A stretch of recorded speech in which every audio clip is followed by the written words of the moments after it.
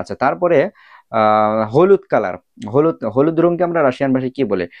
হলুদ রঙকে রাশিয়ান ভাষায় আমরা বলে হচ্ছে জোলতি। বলেন আমার সাথে, জোলতি। জোলতি, জোলতি, জোলতি মানে হলুদ। আমার সাথে আবার বলেন, বলেন জোলতি, জোলতি, জোলতি, জোলতি মানে হলুদ। জোলতি, জোলতি মানে হলুদ। ওকে, ধন্যবাদ।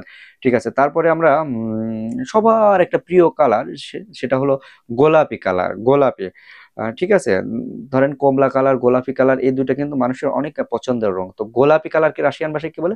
গোলাপি কালারকে রাশিয়ান ভাষায় বলা হচ্ছে রোজাভি।